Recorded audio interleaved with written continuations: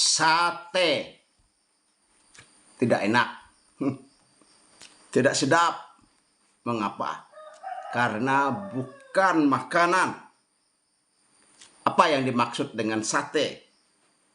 Dan bagaimanakah bentuknya? Saksikanlah video ini.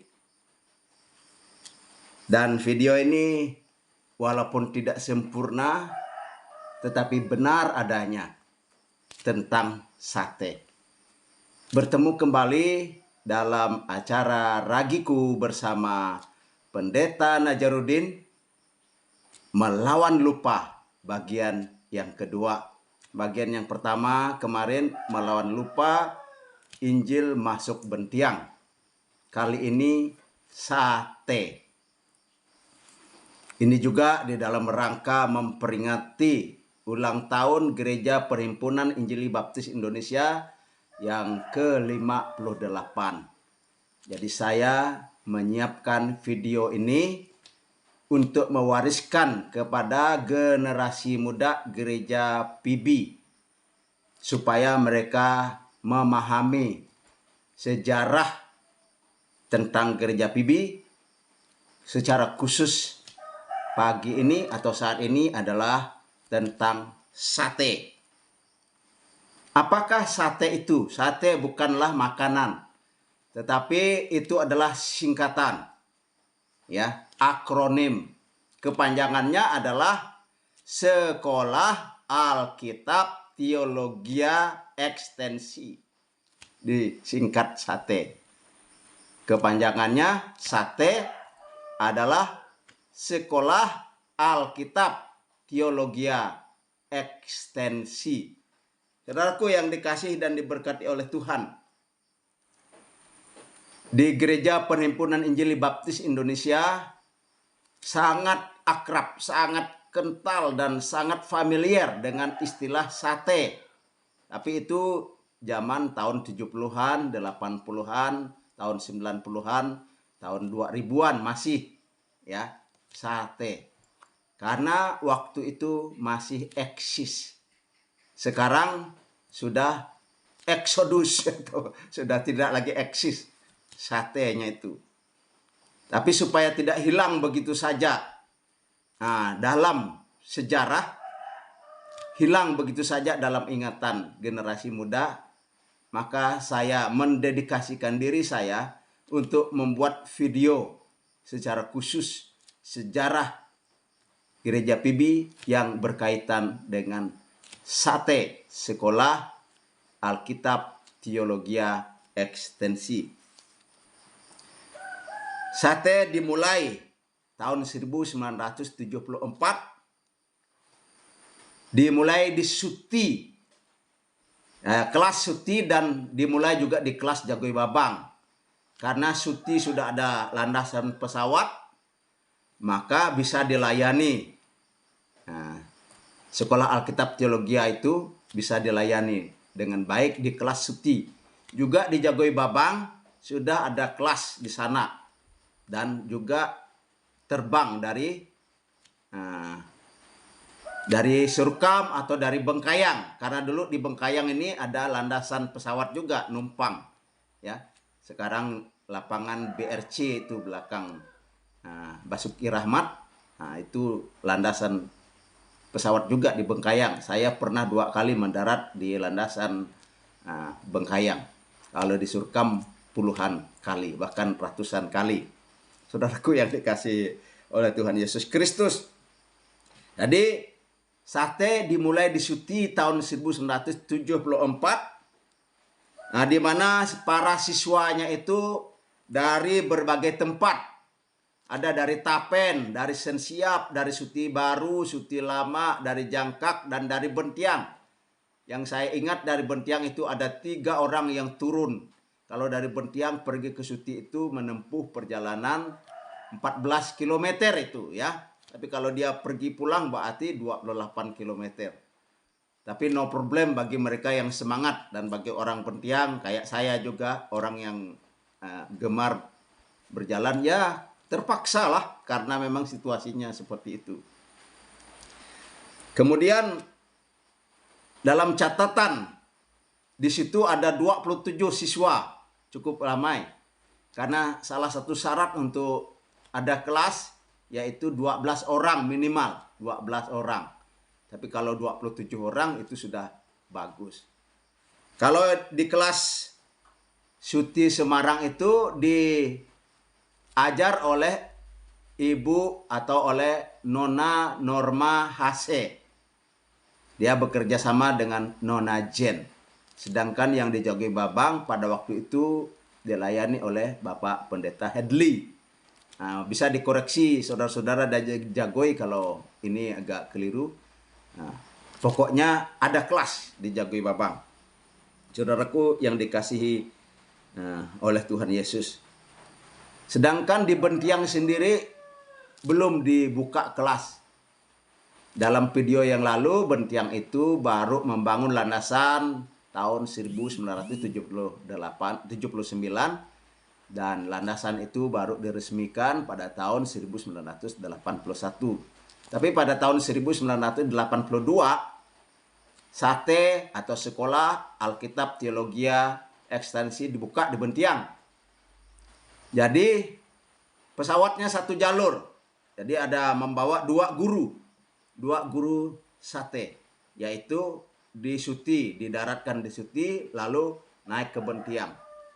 Jadi didaratkanlah Ibu Hase di Suti, kemudian Pak Jepris di Bentiang. Tengon belum. Tengon setelah itu sekitar tahun 81 mereka membangun lapangan pesawatnya. Lalu sekitar tahun 84 atau 85 Tengon pun dibuka kelas Sate. Sungkung pun dibuka kelas Sate. Ya. Saudaraku yang dikasihi oleh Tuhan Yesus Kristus. Nah, kalau di Bentiang dimulai tahun 1982 ya, oleh guru yang bernama Bapak Roger Jeffries, Bapak R. Jeffries. Ya, R-nya tuh Roger Jeffries. Nah, itu orang tua angkat saya, Pak Jeffries itu. Karena dia pelayanan di Bentiang, dia mengkoordinir pelayanan di Bentiang, dia juga mengajar Sate di Bentiang, dia juga bersama dengan MAP membawa beras kami, beras anak-anak sekolah dari Bentiang itu dibawanya ke Surkam, ya, supaya kami ada persediaan makanan di asrama PB Singkawang. Perkembangan selanjutnya, jadi ada kelas di Sanggau Ledo secara khusus di Auri. Itu saya tidak tahu tahun berapa mulai. Mungkinkah tahun 81 atau 82, saya juga kurang begitu jelas. Tapi ada kelas di Auri, di mana para siswanya itu adalah dari Sejajah, ada yang dari Sepinggan, ada dari Dawar, dari Segiring, dari Laek, dari Pagoh. Jadi mereka kumpul di Auri.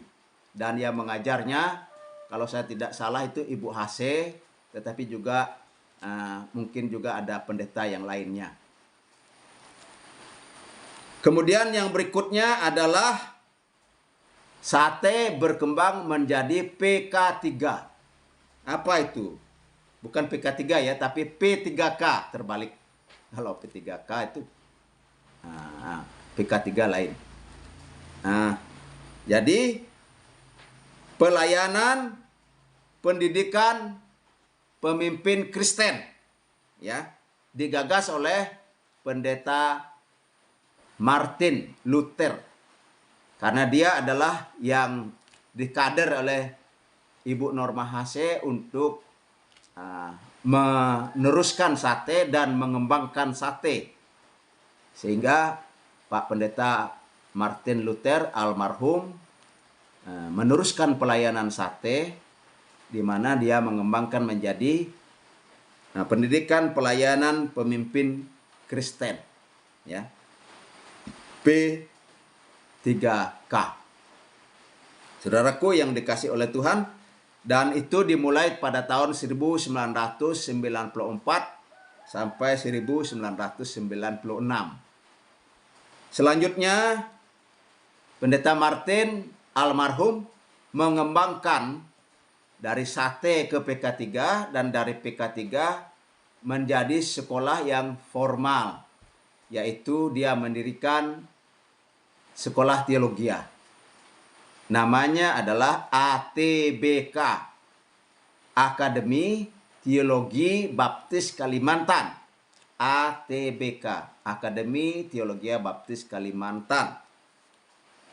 Ya, saudaraku yang saya kasihi, saya adalah pelaku sejarah di mana saya menjadi siswa sate di tahun 1982 kelas Singkawang yang diajar oleh Bapak Pendeta Jeffries. Dan kami hanya menyelesaikan 2 buku saja. Buku yang satu itu adalah berdoa, yang kedua bersaksi. Berdoa dan bersaksi, 2 buku itu kami selesaikan. Lalu kelas itu tutup. Mengapa? Karena syaratnya tidak memenuhi syarat lagi. Kami yang 12 orang siswa sate itu tinggal hanya 9. Jadi tidak memenuhi syarat. Nah, saudaraku, mengapa ada sate? Apa tujuannya? Gereja PB adalah gereja di pedalaman, di mana gereja itu dibuka saat anugerah Tuhan melihat situasi bahwa masyarakat rindu dan haus akan Injil Yesus Kristus, dan dibukalah di berbagai tempat oleh penginjil yang ya boleh dikatakan amatir lah. Oleh penginjil-penginjil amatir yang memang ada jiwa untuk bersaksi, ada jiwa untuk melayani. Digerakkan oleh Roh Kudus, mereka membuka gereja-gereja PB di berbagai tempat sampai ke Sungkung sana. Dan gereja-gereja yang dibuka ini tidak ada penginjil yang menetap, apalagi yang namanya gembala. Nah, untuk memperlengkapi jemaat itu, maka dibuatlah pendidikan teologi sederhana yang paling dasar, yang disebut dengan Sekolah Alkitab Teologi Ekstensi. Dan puji Tuhan, gereja PB tidak terombang-ambing oleh ajaran-ajaran sesat. Memang ada 1-2 yang ya hak asasi lah, yang ikut organisasi yang lain, tetapi pada umumnya gereja PB, gereja yang mengasihi Tuhan, mengasihi gereja PB, cinta kepada gereja PB, setia kepada Gereja Perhimpunan Injili Baptis Indonesia. Salah satu kekuatannya adalah di samping kunjungan penginjilan, kunjungan dari kesehatan, tetapi ada kelas yang disebut dengan Sekolah Alkitab Teologi Ekstensi. Karena dengan pemahaman Alkitab, walaupun tidak memadai, memberi pengaruh pengajaran yang sehat kepada jemaat. Padahal sesungguhnya suatu jemaat harus ada. Di dalam Efesus pasal 4 ayat 11 sampai dengan ayat yang ke-16. Itu harus ada. Di situ dikatakan nabi, rasul, gembala, pengajar, penginjil, untuk memperlengkapi jemaat supaya mereka tumbuh, dibangun, kuat, tidak terombang-ambing oleh ajaran-ajaran sesat, ajaran-ajaran yang palsu. Tetapi ya namanya darurat. Yang namanya darurat itu, serba darurat itu ya apa yang bisa dibuat-buat. Ya puji Tuhan kalau sekarang Gereja Perhimpunan Injil Baptis Indonesia sudah ada banyak gereja yang memiliki gembala. Tetapi masih ada berbagai tempat yang belum memiliki gembala. Di mana gereja yang ada gembala, gereja itu terurus, gereja itu terpimpin, gereja itu bertumbuh, gereja itu kuat. Dan puji Tuhan, di mana ada gembala, di situ gereja bertumbuh dan berkembang. Efesus pasal 4 ayat 1 sampai dengan ayat 16 itu memang harus dipenuhi. Harus ada gembala, harus ada penginjil, harus ada pengajar untuk memperkuat sidang jemaat. Demikian yang dapat saya sampaikan, semoga bermanfaat. Kepada Gereja Perhimpunan Injil Baptis Indonesia, I love you. Saya mencintai Gereja Baptis Indonesia ini atau Gereja PB. Selamat ulang tahun yang ke-59. Temanya tahun ini sudah diputuskan oleh Badan Pengurus Pusat bersama dengan Badan Pengurus Daerah, yaitu bertumbuh, berakar, dan berbuah. Saya berkontribusi di dalam mengukir, menulis sejarah, dan video ini saya persembahkan kepada Tuhan Yesus, kepada gereja yang saya cintai, yang saya kasihi. Haleluya, bersama Yesus ada masa depan, bersama Yesus masa depan cemerlang, pasti, pasti, pasti.